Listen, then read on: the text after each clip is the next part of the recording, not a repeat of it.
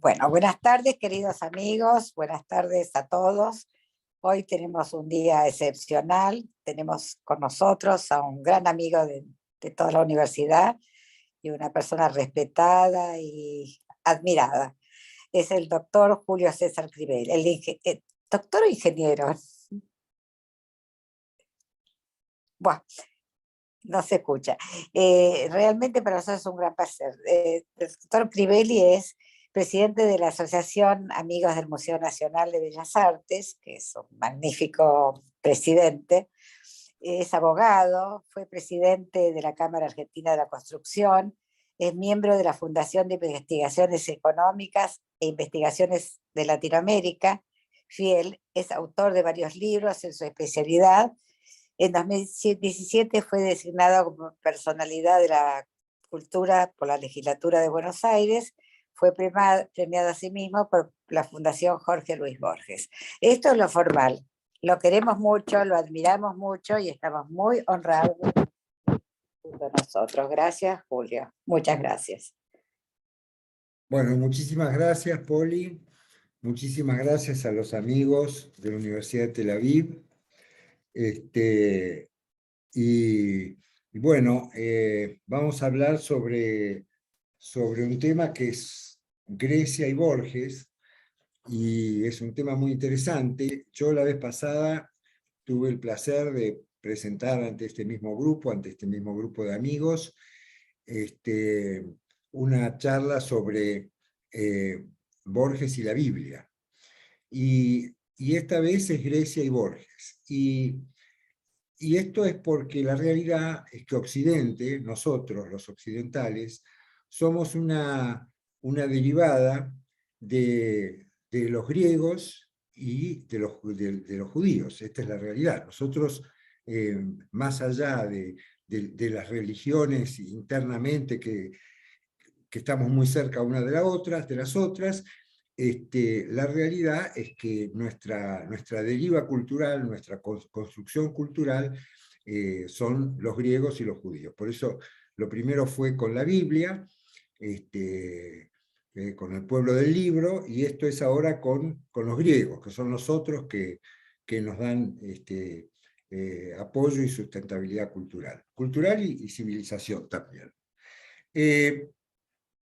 Bueno, y vamos a hablar entonces de Grecia y de Borges y de los límites y los laberintos. ¿Por qué conectado con Borges? Porque Borges, así como tiene casi una obsesión por la Biblia, a veces la gente no se da cuenta de la cantidad de poemas y de cuentos que hay de Borges relacionados con situaciones bíblicas, también Borges recorre los mismos caminos de los griegos. Y los caminos más importantes de los griegos están en el pensamiento filosófico griego, ¿no es cierto? Bueno, es un tema muy grande, así que vamos a apretar muchas cosas para poder, por lo menos, totalizar el camino. Bueno, siempre todo empieza en un paraíso, porque todo tiene que tener un origen. Los paraísos siempre se han perdido, todos los paraísos se han perdido. El paraíso de los judíos se perdió por la expulsión, por la caída, y los griegos tenían también un paraíso, ese paraíso se llamaba Meconé. ¿Por qué siempre tiene que haber un paraíso? Porque, como diría Aristóteles, tiene que haber siempre un primer motor inmóvil, o sea, tiene que haber un origen. La angustia nuestra, la angustia del hombre, se cierne sobre el desconocimiento del origen, de qué pasa antes del nacimiento y de qué pasa después de la muerte. Somos seres de la transición, nosotros duramos lo que duramos, pero no sabemos qué es lo que hay antes y qué es lo que hay después. Y en todo nuestro conocimiento existe este límite, este misterio. Si ustedes miran las matemáticas, se van a dar cuenta que el centro de las matemáticas, el desarrollo de la matemática es perfectamente comprensible, lógico, no tiene ningún problema. Ahora, arrancan en el cero, nadie nunca vio la nada. o sea, en un objeto inexistente en el cual hay que creer, y termina en el infinito, que es otro objeto inexistente en el cual también hay que creer. En el medio de esos dos postulados en los cuales hay que creer, porque si no se creen esos dos postulados no hay matemáticas, en el medio entonces pueden hacer las matemáticas. Quiere decir que nosotros siempre estamos sometidos al límite. Y siempre tenemos que darle un origen a las cosas. Así que normalmente en las mitologías, en las religiones, hay un paraíso. Hay un paraíso que se va a perder, porque la realidad es que después nosotros no vivimos en un paraíso.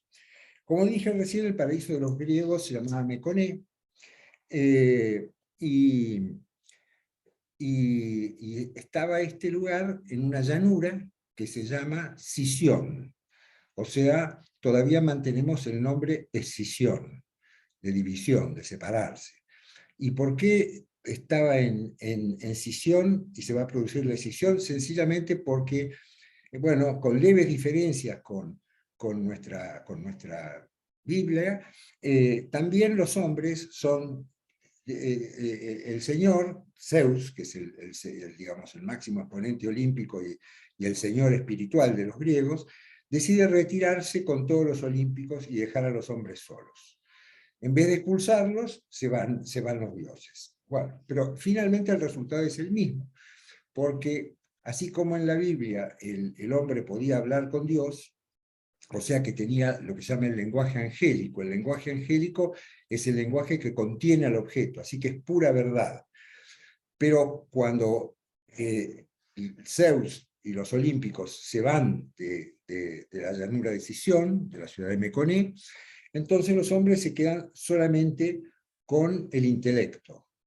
El que les proporciona el intelecto es un titán que se llama Prometeo, que se apena de los hombres que han perdido este lenguaje que contiene el objeto y contiene la verdad, y les da una especie de consuelo menor, el intelecto. El intelecto nos diferencia de los animales, pero el intelecto tiene un límite, solamente representa, o sea, vive de la representación. Quiere decir que la naturaleza es infinita, pero el intelecto solamente representa un objeto que siempre tiene que tener límites. De manera tal que vamos a hablar entonces acá de los límites que pone nuestro intelecto para entender y del caos que somos conscientes que es la naturaleza, que es infinita y no la podemos abarcar nunca. O sea que vamos a hablar de la angustia y del misterio que provoca esta representación que tiene necesariamente límites. Borges se refiere a esto, los griegos le llamaban caos y cosmos, ¿no es cierto? Caos, está claro qué quiere decir, y cosmos quiere decir orden, cosmos quiere decir orden. A esto se refiere Borges en un poema muy famoso y muy importante que se llama Everness, o sea que quiere decir eternidad, ¿no? Y dice, solo una cosa no hay, es el olvido. O sea, no existe el límite de la memoria, de manera tal que la memoria es infinita. Y agrega para que se entienda, Dios que salva el metal, salva la escoria. Y cifra en su profética memoria las lunas que serán y las que han sido. Quiere decir que hay una memoria que es eterna, es la memoria de Dios, no es la nuestra. Ya todo está. Los miles de reflejos que entre dos crepúsculos del día tu rostro fue dejando en los espejos y los que irá dejando todavía. O sea que nosotros, al representar los objetos de la naturaleza, lo que hacemos es reflejarlos. No es la verdad, no es el objeto en sí, es simplemente una fabricación de nuestra conciencia. Y sigue, dice, todo es parte del diverso cristal de esa memoria, el universo. No tienen fin sus arduos corredores. O sea, acá hay una contradicción, porque nosotros siempre hablamos de universo. Universo quiere decir lo mismo, prácticamente lo mismo que cosmos en griego. El universo tiene raíz latina y quiere decir que es algo que está sometido a una sola ley. Sin embargo, nosotros sabemos que el llamado universo, el llamado cosmos, nosotros no lo conocemos, no sabemos cuáles son sus límites, y menos sabemos cuál es la ley que lo rige, ¿no es cierto? Por eso Borges acá señala que es diverso, que es todo lo contrario del universo, y que sus corredores no tienen fin. Y termina con una visión esperanzada, una visión, si se quiere, religiosa, si se quiere, platónica, porque dice, las puertas se cierran a tu paso, solo del otro lado del ocaso verás los arquetipos y los esplendores. Los arquetipos y los esplendores son las ideas platónicas, que son perfectas y que nosotros las hemos olvidado.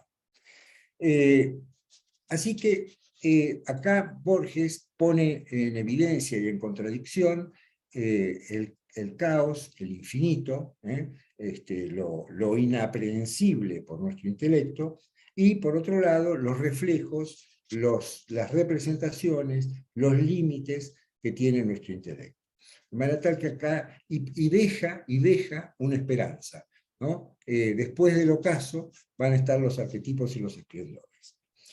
Que es la esperanza que dejan prácticamente todas las religiones, ¿no es cierto? No solamente las nuestras, las occidentales, como el judaísmo, el cristianismo, digamos, casi todas las religiones tienen esta esperanza de volver de alguna manera a aquel paraíso perdido. Pero sigamos con nuestra historia. Al principio, los griegos, enfrente de esto, niegan la pérdida del espíritu. Se niegan a aceptar la pérdida del espíritu. Entonces, en un diálogo de Platón que se llama el Cratilo, que se refiere a Parménides, Cratilo dice que Parménides viaja, ¿no? en la noche, es un poema del cual se conservan solamente fragmentos, pero es un poema emocionante, en el cual Parménides viaja en la noche y se va a encontrar con una diosa Dike que le va a enseñar cómo es esto. Entonces, Parménides sostiene que el espíritu simplemente es, y que la existencia, el cambio, este fenómeno del mundo en el que vivimos, es puramente ilusorio. Que nosotros es como si conserváramos todavía el lenguaje angélico, el lenguaje paradisíaco, y que todo lo demás es en realidad una ilusión, la existencia es una ilusión. Nosotros somos, no existimos. Y esto va a tener parentesco con la Cábala. Abulafia, Isaac Luria, dicen que el espíritu está todavía.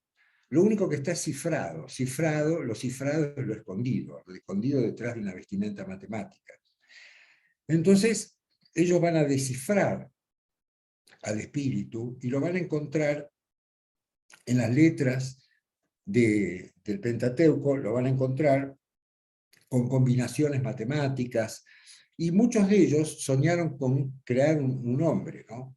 Entonces, Borges, en el Golem, o sea, en el hombre creado por el hombre, que es el máximo absoluto de la soberbia, igual que Adán, que quería ser igual a Dios, en el poema que se llama El Golem, dice, si como afirma el griego en el Cratilo, el nombre es arquetipo de la cosa, en las letras de rosa está la rosa y todo el Nilo en la palabra Nilo. Y hecho de consonantes y vocales, habla un terrible nombre, que la esencia cifre de Dios y que la omnipotencia guarde en letras y sílabas cabales. Adán y las estrellas lo supieron, es el lenguaje angélico, en el jardín. La herrumbre del pecado, dicen los cabalistas, lo ha borrado, y las generaciones lo perdieron. Los artificios y el candor del hombre no tienen fin. Sabemos que hubo un día en que el pueblo de Dios buscaba el nombre en las vigilias de la judería. Bueno, acá lo que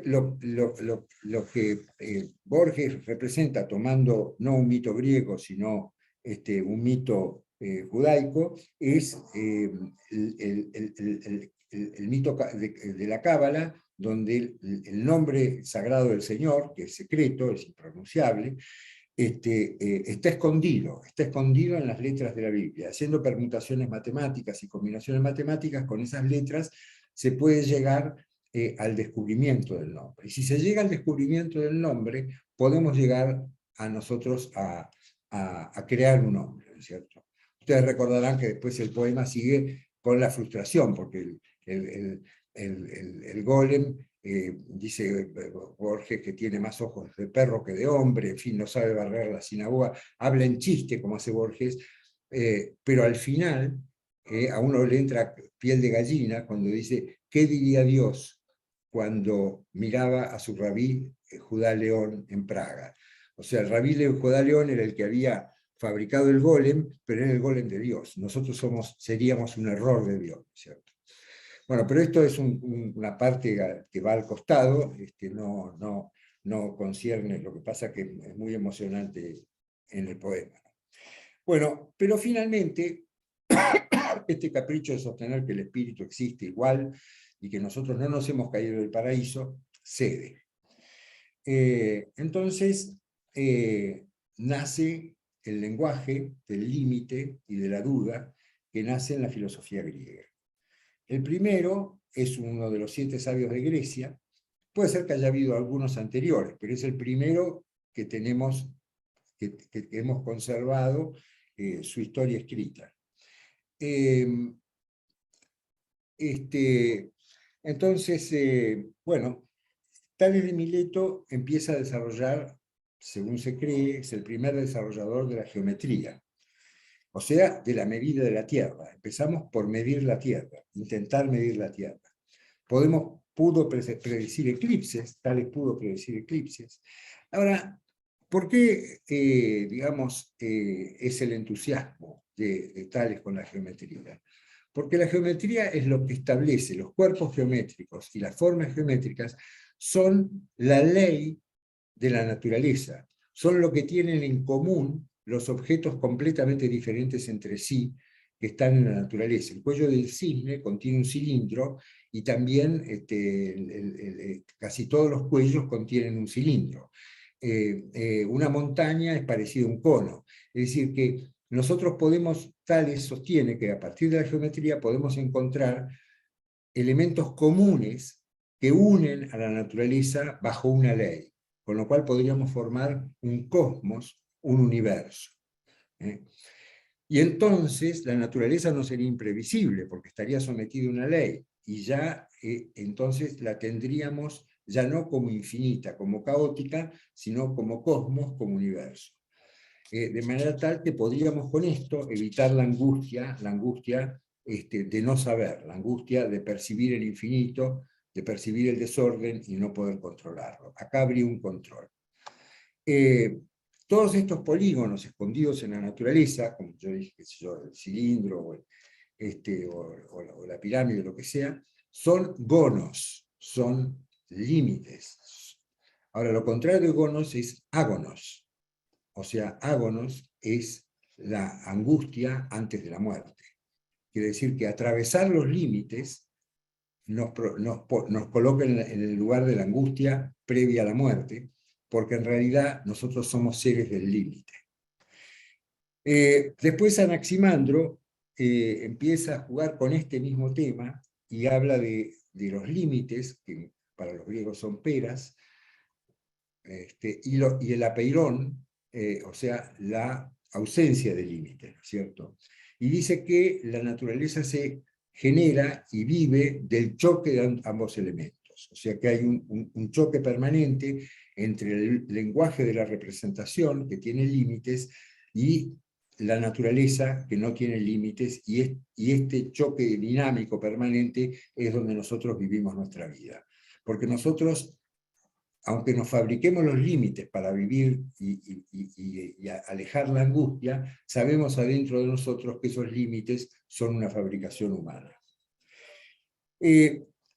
A partir de esto, bueno, Heráclito es muy conocido y muy recordado porque dijo la metáfora famosa del río, ¿no es cierto?, que nadie se baña en el mismo río, y que todo cambia, en griego panza rei, o sea, todo cambia. Heráclito niega terminantemente la posibilidad de establecer límites y de establecer un cosmos, simplemente dice que todo cambia y que los límites son pura ilusión.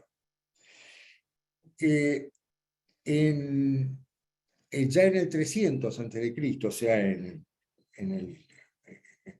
llegando al 300, en el clasicismo griego, Platón hace una construcción donde dice que la perfección, lo ilimitado, el lenguaje angélico, todo eso sigue existiendo, él lo llama ideas.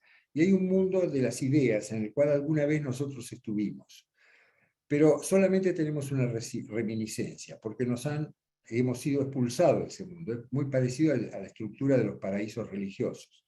Y entonces nos queda la reminiscencia.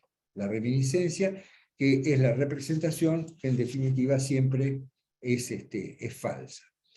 Y es curioso que Platón, que además, ustedes saben que en la Academia Platónica había un cartel adelante que decía que aquí no pueden entrar los que no saben geometría.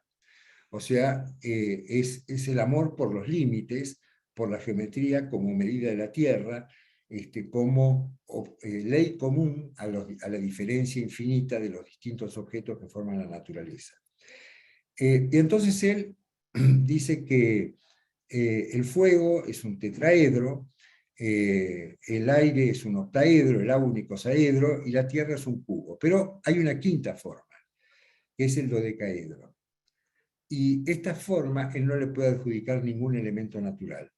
Así que esa forma él la llama simplemente quintesencia. Y la pregunta es si esa quintesencia es Dios o no. Aristóteles baja todo esto a la Tierra, ¿no es cierto? Y intenta bajarlo a la Tierra. Entonces, ustedes recordarán que nos habla de la causa y del efecto, de la materia y de la forma, de la potencia y del acto, explica entonces el movimiento, explica entonces la diferencia entre los límites de la materia, que son las formas, pero hay un momento en que, en la física de Aristóteles, que es donde se explica todo esto, que llega a una situación donde parece, yo no diría desesperado, parece desequilibrado, porque todo esto tiene que tener un origen, y entonces él lo expresa en términos físicos. Hay un primer motor inmóvil. De manera tal que todos llegamos a ese paraíso perdido. El Aristóteles, que es un científico mucho más que un filósofo, le llamará primer motor inmóvil, Platón le llamará la quintesencia, pero de todas maneras siempre hay un misterio antes y un misterio después. Nosotros estamos en el medio, somos seres de la transición. Borges nuevamente nos habla del caos. Borges oscila, igual que los griegos, todo el tiempo nos habla del caos y nos habla del cosmos, pero también siempre se inclina por la ilusión del cosmos, porque el cosmos es un límite artificioso que nosotros usamos para calmar la angustia. En la lotería de Babilonia, digamos, Babilonia está muy emparentada con Babel. Babel es la segunda expulsión, porque es la segunda demostración de soberbia del hombre, ¿no es cierto? Dice, Ea, construyamos una torre y quieren llegar al séptimo cielo, a donde está Dios. Finalmente se produce la confusión de las lenguas. Entonces él toma Babilonia como una ciudad donde hay una única ley, la lotería, o sea, el caos puro. No existe ni la ciencia ni la geometría. Hay una compañía misteriosa, o sea, parece que hay un Dios que rige todo, pero sin ningún sentido. No hay ninguna ley que rija o que permita prever lo que esa compañía va a hacer. Se vive en el azar, en el caos. Nada se entiende. Algunos piensan que la compañía es Dios, otros piensan que la compañía no existe. Hay heresiarcas, y los heresiarcas son los jefes de los herejes, ¿no es cierto?, que piensan que la compañía no existió ni existirá nunca. O sea que Dios no existió ni existirá nunca si es que es una compañía. O sea que no existe el espíritu siquiera y solamente hay caos y no hay límites nunca. También Borges usa mucho la figura de los espejos para poner en crisis el sistema de los límites de nuestro lenguaje y de nuestra comprensión y de nuestra representación. Entonces, en los espejos dice, Dios ha creado las noches que se arman de sueños y las formas del espejo, para que el hombre sienta que es reflejo y vanidad. Vanidad es lo vacío. Vanidad lo toma él del Eclesiastés. Después vamos a ver el Eclesiastés. Entonces dice, para que el hombre sienta que es reflejo y vanidad. Por eso nos alarma. O sea, nosotros somos representación, que no es algo real, la naturaleza es otra cosa, y estamos vacíos. ¿Estamos vacíos de qué? Del conocimiento. En límites, Borges vuelve a poner en crisis los límites. Dice, de estas calles que ahondan en el poniente, una habrá no sé cuál que ha recorrido. O sea, la memoria no existe. Ya por última vez indiferente y sin adivinarlo sometido. Sometido a quien prefija omnipotentes normas y una secreta y rígida medida a la sombra, los sueños y las formas. O sea, en realidad existe un espíritu que es el que fija los límites, pero nosotros no los conocemos. Si para todo hay término y hay tasa, y última vez y nunca más, y olvido, o sea, si para todo hay límites, sin embargo, no sabemos, dice él metafóricamente, de quién en esta casa nos hemos despedido. O sea, en realidad nuestro conocimiento es absolutamente vano. Hay un espejo que te aguarda en vano. De nuevo, el emblema del espejo, del reflejo, de la inexactitud de la representación. Siga entre todas tus memorias una que se ha perdido irreparablemente, o sea, el olvido como límite de la memoria. No volverá tu voz a lo que el persa dijo en su lengua de aves y de rosas. O sea, la poesía también va a ser olvidada, tiene un límite. Y termina diciendo, creo en el alba oír un atareado rumor de multitudes que se alejan. Son lo que me ha querido y olvidado. Espacio, tiempo y Borges ya me dejan. El espacio y el tiempo, como dijo Kant, son las categorías de la conciencia. Son los límites. Son lo que los griegos miden, el espacio con la geometría y el tiempo con las horas, con la división del tiempo. Estas son las cosas con las que nosotros medimos. Y la otra cuestión con la que nosotros medimos y representamos es con los nombres, con el lenguaje. Por eso él está muriendo, se está perdiendo ya totalmente su conciencia, y entonces lo deja Borges, lo deja su nombre, porque él está muriendo entregándose al caos. Ahora, el límite, entonces, el límite que marca la falsedad de las representaciones, fue una obsesión de Borges y también de los griegos. Y ustedes ven cómo coinciden ese paralelo escepticismo que existe respecto a los límites y la manifestación del desconocimiento del caos, el enfrentamiento con una verdad caótica que no podemos entender porque no está sujeta a la razón. Pero hay otro mundo que permite un consuelo quizás más eficaz respecto del límite. Perdón un segundito que acá hay mucho ruido.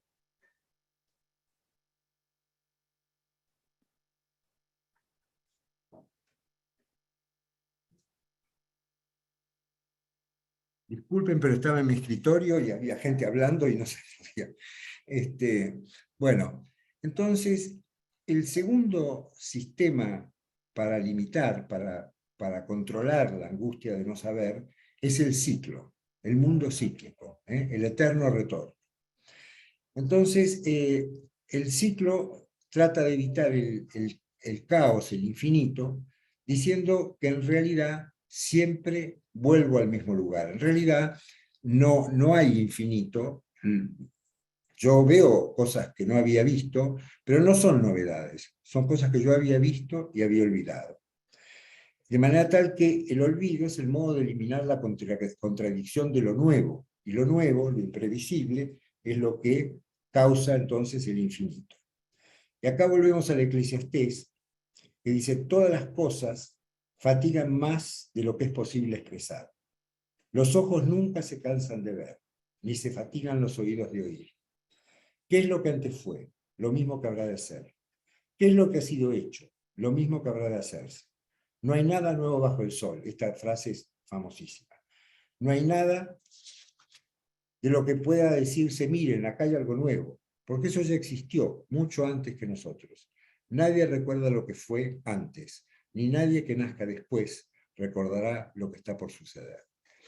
Bueno, esto, digamos, es una expresión del ciclo la cultura judía en el Eclesiastés. El Eclesiastés es un libro bastante misterioso, según, digamos, el propio Eclesiastés empieza diciendo que lo escribe Coelet, un rey de Israel que nunca existió, y después se le adjudica a Salomón, en fin. Pero es un libro muy profundo, muy importante, que expresa todas estas cuestiones. Es un libro básicamente metafísico y filosófico. Entonces acá plantea el eterno retorno, el ciclo, que en definitiva es otro modo, un modo diferente del límite, de calmar la angustia de no entender. Pitágoras, entre los griegos, más o menos para la misma época, se calcula que el Eclesiastés es del 900 a.C. y Pitágoras más o menos del 800, también habla de un mundo cíclico. Dice que hay esferas celestes alrededor de la Tierra que contienen a los planetas y que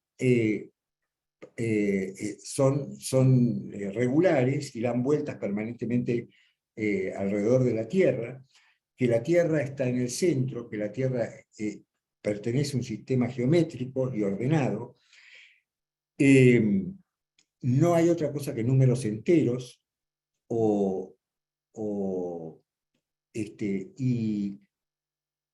y no hay números irracionales. Y es curioso que un alumno de Pitágoras, llamado Hipaso de Metaponto, esto dice la leyenda, ¿no es cierto? Hipaso de Metaponto descubre en la raíz cuadrada de 2 un número infinito, no termina nunca la raíz cuadrada de 2. Entonces, los griegos lo llaman números álogos, números irracionales, o sea, son unos números que no pertenecen a la razón, lo cual es prácticamente una contradicción. Los números son la expresión de la razón, pero son números irracionales. Bueno, dice la leyenda que Hipaso de Metaponto apareció en una tumba, que sé yo, que lo mataron. Esto no tiene mucha importancia. Pero en definitiva, vivimos dentro de ciclos. Los estoicos opinaron lo mismo, decían que había un cosmos regido por un principio al cual ellos llamaron neuma. Ustedes saben que en casi todo, por lo menos en nuestra cultura, siempre el soplo es el símbolo del espíritu, ¿no? Ruach y Nepesh en la Biblia, para los griegos pneuma, para los latinos spirare, espíritu, spirare viene, ¿no es cierto?, del aire. Dios crea al hombre con un soplo. Bueno, el soplo es el espíritu. Así que para los estoicos hay un espíritu, un neuma, que rige el mundo. Y hay una visión determinista, porque todo está previsto en ese neuma. No es que hay libertad. Todo está absolutamente previsto. No existe el azar. Es todo lo contrario de la lotería de Babilonia. El azar no existe. Cuando uno ve algo nuevo, lo que pasa es que eso es olvido. Sucedió antes, uno se lo olvidó. Los ciclos cósmicos, esos ciclos, se llaman aion, y siempre son iguales. Y nosotros también. Borges también habla de los ciclos, y se refiere a Pitágoras. Y se lo supieron los arduos alumnos de Pitágoras. Los astros y los hombres vuelven cíclicamente. Los átomos fatales repetirán la urgente Afrodita de oro. Los tebanos, las ágoras. En edades futuras oprimirá el centauro con el casco solípeo del pecho de la pita. Bueno, sigue, ¿no?, recordando datos históricos que seguramente volverán, ¿no? Y termina diciendo: no sé si volveremos en un ciclo segundo, como vuelven las cifras de una fracción periódica, pero sé que una oscura rotación pitagórica noche a noche me deja en un lugar del mundo. Vuelve la noche cóncava que descifraron Hexágoras, vuelve a mi carne humana la eternidad constante y el recuerdo del proyecto de un poema incesante. Lo supieron los arduos alumnos de Pitágoras. O sea, termina el poema con el mismo verso con que lo empezó, simbolizando de una manera el ciclo. Pero también Borges encuentra que hay ciclos en la conciencia. Hay un célebre sueño que él usaba de un sujeto que él inventa, que se llama Zhuangzi, un chino, que una vez soñó que era una mariposa, pero al despertarse no sabía si él era Xuan Tzu, que había soñado que era una mariposa, o si era una mariposa que estaba soñando que era Xuan Tzu. En las ruinas circulares, se estructura algo muy parecido al golem. Hay un hombre que quiere crear a otro hombre, quiere crear un golem. Prueba de distintas maneras, no lo consigue, y finalmente advierte que soñando sí lo consigue. O sea que su creación en realidad es nada más que un sueño. No quieren que los demás sepan que su hijo, su creación, su golem, es un sueño. Pero hay un enorme incendio que prende fuego el lugar a donde su hijo, su golem, vive. Pero como es un sueño, sobrevive. Las llamas no le hacen nada. Él cree que va a morir, porque él cree que es un hombre. Pero en realidad el fuego no le hace nada. Él también había sido un sueño de otro. Es decir, en todo esto hay un desarrollo del ciclo, pero ahora dentro de la conciencia, no del ciclo en el mundo. Bueno, hemos visto hasta aquí los límites y los ciclos, en Borges y en los griegos. Y ahora vamos a ver otra forma de limitar el caos. Es muy curiosa y muy interesante, y a ella se refiere Borges y los griegos todo el tiempo. Es el laberinto. Ustedes saben que los griegos veían al hombre como un objeto de una tríada. Nosotros, según los griegos, Aristóteles, somos animales, o sea, nos movemos, estamos animados, a diferencia de los vegetales. Somos racionales, tenemos el intelecto, la razón, que nos permite representar. Pero los griegos decían que nosotros con el intelecto, y esto es muy especial, podíamos acercarnos al misterio. No podíamos llegar al misterio. El intelecto nunca iba a penetrar en el misterio. Nosotros no íbamos a volver al paraíso. Pero sí podíamos acercarnos. ¿Y cómo podíamos acercarnos? Nos podíamos acercar mediante lo que ellos llamaban el mensaje que está atrás del mensaje. O sea, la metáfora. ¿Por qué mensaje que está atrás del mensaje? Porque nosotros no tenemos otra cosa que las derivadas de la representación, que son el concepto y la imagen. Pero con ese concepto y con esa imagen podíamos construir mensajes que no necesariamente son lo que el concepto o la imagen significa, sino mensajes que están por arriba o por atrás de esos mensajes, y que se aproximan solamente al misterio. Eso es la poesía, es el arte, y también las matemáticas superiores. Desde esta premisa vamos a ver ahora el tema de los laberintos. El laberinto es un mito, no estamos ya dentro de la filosofía, salimos de la filosofía, estamos más atrás de la filosofía. El laberinto de Creta, ¿cierto? Está lleno de metáforas y de símbolos. Pasífae, reina de Creta,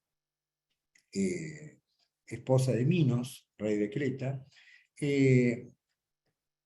recibe un toro de regalo de Poseidón. Poseidón es el mar. El mar para los griegos es el deseo, lo incontenible. Por eso todavía hablamos de los continentes, la tierra que contiene al mar. La tierra simboliza el intelecto. Entonces, recibe un toro. El toro es el símbolo de la fuerza, del frenesí sexual. En realidad, lo que le pasa a Pasífae es que ella es la que tiene el frenesí sexual. Entonces, lo llama a Dédalo, el ingeniero de los griegos, un hombre del intelecto puro, para que de alguna manera le permita tener relaciones bestiales con el toro. Entonces Dédalo fabrica una vaca y ella se mete dentro de la vaca y tiene las relaciones con el toro. Esto que parece tan burdo, no lo es. En realidad es que la razón de ella se somete al deseo.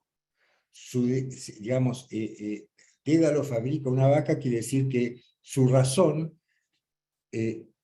su intelecto se somete a su deseo, en este caso deseo sexual. Por eso los griegos dicen que nosotros somos seres de la vacilación, porque la razón puede apuntar hacia arriba, hacia el espíritu, a través de las metáforas, de los poemas, de esto que hemos comentado, o puede apuntar hacia abajo, hacia el deseo, y en ese sentido se convierte en una razón utilitaria, en un intelecto utilitario. Está en nosotros, por eso somos seres libres, apuntar hacia arriba o hacia abajo. Pasífae, obviamente, apunta hacia abajo, su razón se somete a su deseo. Está entregada a su deseo sexual. Y entonces nace el Minotauro. El Minotauro es un hombre con cabeza de toro. Quiere decir que está dominado por el deseo, completamente dominado. Tiene razón, tiene una razón como los demás hombres, pero está dominado por el deseo. Ese es el producto de la razón dominada por el deseo. El producto de la razón dominada por el deseo es siempre el deseo. ¿Que nos aproxima a qué? Nos aproxima al animal que llevamos dentro de nosotros, en vez de aproximarnos al misterio que también podemos concebir. Así que el rey Minos le dice a Dédalo, el ingeniero de los griegos, el intelectual, que haga algo con este Minotauro. Y Dédalo desarrolla el laberinto. El laberinto es un lugar del cual no se puede salir, y el Minotauro, que se llamaba Asterión, está en el medio de este laberinto y no puede salir. De manera tal que el deseo que domina la razón no puede salir porque la razón, Dédalo, ha construido un sistema del cual este deseo no puede salir, lo ha aprisionado. Ustedes recordarán que Teseo viene porque, digamos, Atenas tenía un tributo con Creta, que tenía que entregar 7 jóvenes y 7 doncellas todos los años, y entonces Ariadne le da un hilo, que es el hilo del destino, con el cual Teseo va a poder salir después de matar al Minotauro, lo cual hace. Entonces el laberinto es el símbolo del encierro de la razón dominada por el deseo. Marechal, nuestro Leopoldo Marechal, decía entonces que del encierro del laberinto solamente se puede salir hacia arriba. Si el laberinto lo que encierra el deseo, lo único que se puede hacer es dirigirse hacia el misterio, dirigirse con el poema o con la metáfora, dirigirse hacia arriba, se sale por arriba, se sale saliendo por el cielo. Ahora, los griegos, el Marechal pudo haber no conocido a los griegos o haberse copiado, porque en realidad lo que pasa en el laberinto es que Minos, el rey, se enoja con Dédalo, con la inteligencia, y por haber construido, por haber permitido la construcción de semejante monstruo, el Minotauro, y entonces lo encierra él a Dédalo con su hijo Ícaro en el laberinto. Ahí viene el vuelo de Dédalo, ¿no es cierto? Dédalo fabrica unas alas de cera para él y para su hijo, y los dos vuelan. Dédalo vuela a media altura y llega al templo de Apolo, y ahí, digamos, se santifica. Quiere decir que ha elaborado metáforas, pero no tiene la soberbia de llegar hasta donde está el misterio, sino que llega hasta donde nosotros podemos. En cambio, su hijo Ícaro, entusiasmado por el vuelo, entusiasmado por el misterio, entusiasmado por, igual que Adán, ser igual a Dios, vuela todo lo alto que puede, se derriten las alas y cae a la tierra y por supuesto muere. De manera tal que el laberinto tiene muchas facetas. El laberinto puede encerrar a la razón dominada por el deseo, pero también del laberinto se puede salir por arriba, siempre que saliendo por arriba no se intente llegar hasta lo misterioso, hasta lo que no podemos, a lo que es inasible para nosotros. Entonces, Borges, después de todo este cuento tan largo, habla primero de un laberinto de la razón, ¿no? Y dice, en Juan 1:14, dice, yo quise jugar con mis hijos, este es Cristo, conocí la memoria, esa moneda que no es nunca la misma. O sea, nuestra representación es fatua. Conocí la esperanza y el temor, esos dos rostros del incierto futuro. Conocí la vigilia, el sueño, la ignorancia, la carne, los torpes laberintos de la razón. La razón es torpe, es torpe, está en un laberinto porque está dominada por el deseo. La amistad de los hombres, la misteriosa devoción de los perros.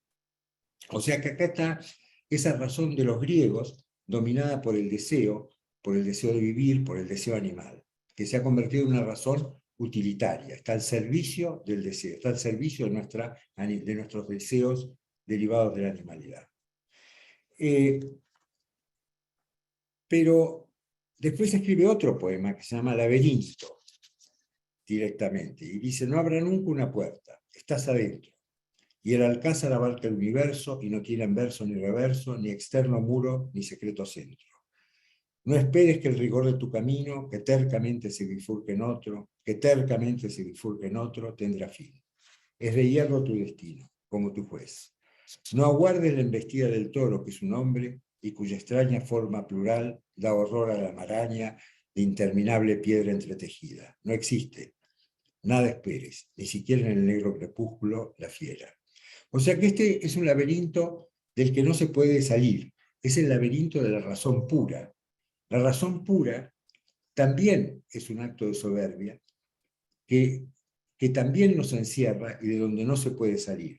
Este es el laberinto de los positivistas, de los científicos positivistas que no creen en el misterio, creen que todo está sometido al entendimiento y que lo que no sabemos es simplemente porque todavía no lo hemos entendido, pero que nuestro entendimiento, nuestra razón, puede conocer el infinito y puede conocer todos los misterios.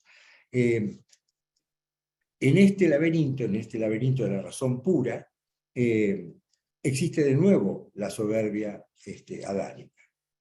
Pero hay otro poema más de Borges, y este es muy interesante también. Se llama El laberinto también. Zeus no podría desatar las redes de piedra que me cercan. Está hablando alguien que está dentro del laberinto, y Zeus es el espíritu. O sea, Zeus acá es impotente, no puede desatar las redes de piedra que cercan al sujeto que está dentro del laberinto. He olvidado los hombres que antes fui. Sigo el odiado camino de monótonas paredes que es mi destino. Rectas galerías que se curvan en círculos secretos al cabo de los años. Parapetos que ha agrietado la usura de los días. En el pálido polvo he descifrado rastros que temen. Sé que en la sombra hay otro, cuya suerte es fatigar las largas soledades que tejen y destejen este Hades, y ansían mi sangre y devorar mi muerte. Nos buscamos los dos. Ojalá fuera este último el día de la espera. Acá, como dije antes, Zeus, que es el símbolo del espíritu para los griegos, es impotente frente a la razón dominada por el deseo.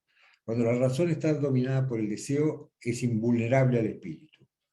El espíritu no tiene la capacidad de entrar en ese laberinto. De manera tal que, bueno, tenemos entonces el laberinto donde se simboliza la posibilidad de salir con Dédalo, el laberinto griego, que finalmente sale hacia el espíritu mediante la metáfora, mediante el poema, mediante el acercamiento al misterio, o el laberinto que nos encierra como deseo, como el caso de Asterión del Minotauro, o que nos encierra como puro intelecto. Como intelecto, digamos, como razón y soberbia. En La muerte y la brújula, Borges vuelve a plantear el tema del laberinto, pero esta vez es en un laberinto lineal. Es muy interesante el cuento. Hay 3 asesinatos. Matan a un rabino, matan a un comerciante y no recuerdo a quién más. Hay un detective que se llama Lönnrot, que está convencido de que el asesino lo que quiere formar es el tetragramatón, o sea, el nombre secreto de Dios, Yahvé, las 4 letras. Quiere decir que él va a buscar en un cuarto punto, un cuarto asesinato, va a tratar de llegar antes, porque la semana comienza en el Shabbat, entonces él va a llegar antes que el asesino, que no compute esta diferencia, y entonces va a evitar el cuarto asesinato y va a aprender al asesino. O sea que de lo geométrico, de la razón, pasa él al tetragrammatón, el espíritu. Pero llega al cuarto lugar y el asesino, que se llama Red Sharlach, lo mata. O sea, no eran verdad las suposiciones de Lönnrot. Pero antes de matarlo, Lönnrot, el asesino, le dice que la próxima vez lo va a encontrar en un laberinto recto.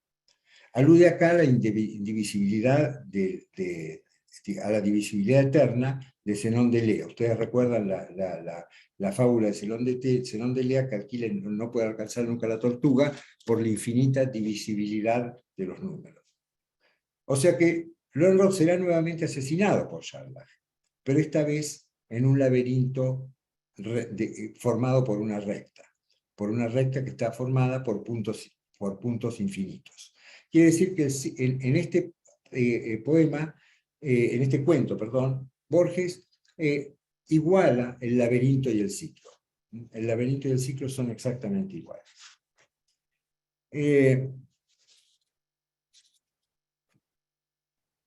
Bueno, como esto creo que se está alargando mucho,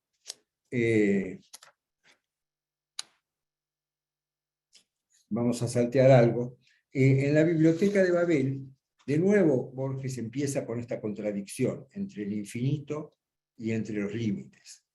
Entonces esa biblioteca está construida con hexágonos, que son infinitos, pero hay libros que son entre sí diferentes nada más que por una letra. Pero aunque los libros sean diferentes nada más que por una letra, matemáticamente son un número determinado, que podríamos calcular exponencialmente.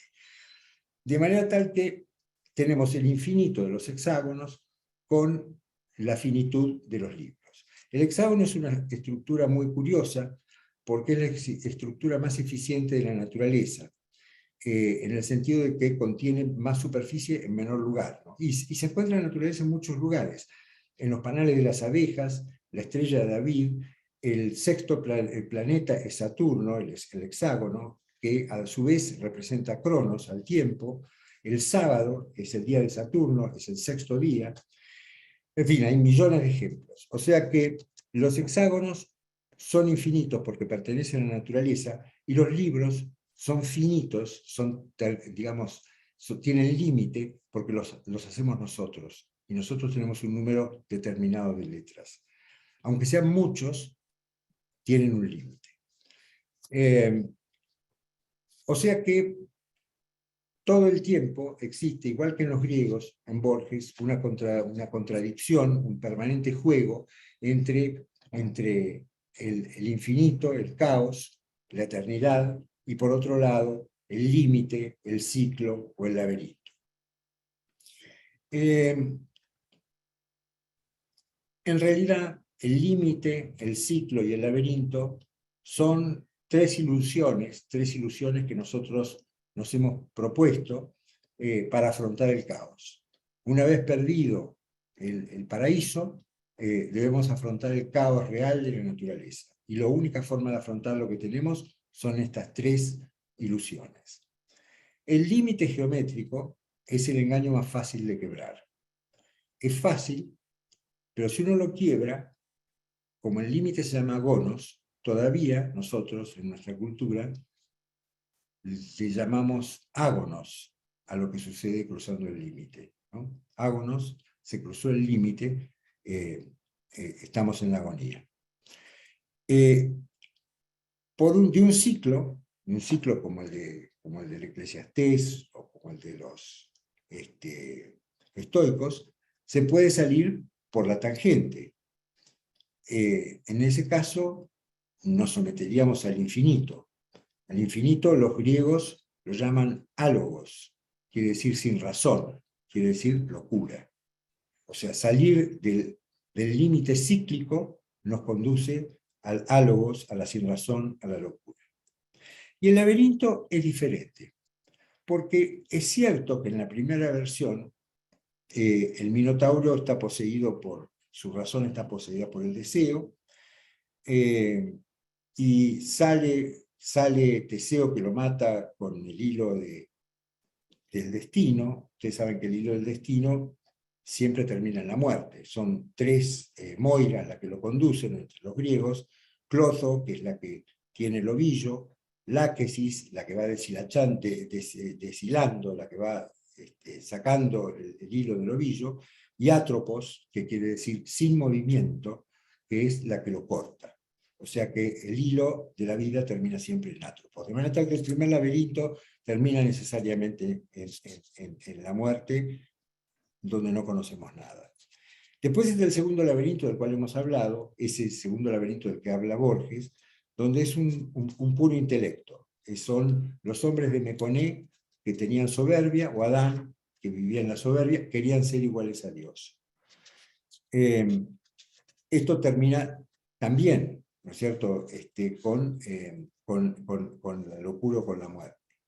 Pero está el laberinto de Dédalo. Ustedes recuerdan que mencionamos a Dédalo, el intelecto.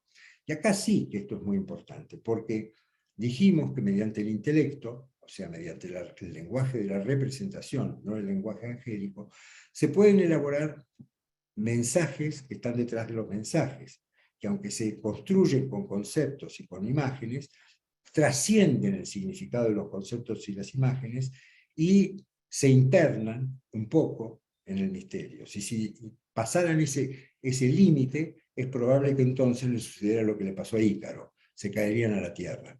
Pero podemos también volar en el lugar adecuado, y en ese lugar adecuado podemos acercarnos al misterio. Los griegos llamaban esto mensajes herméticos. Hermes era el dios el mensajero de los dioses, él era un dios olímpico también, tenía alas en las patas y alas en la cabeza, y entonces Hermes le llevaba a los hombres mensajes herméticos. Los mensajes, todavía hablamos hoy de lo hermético es lo que no se entiende.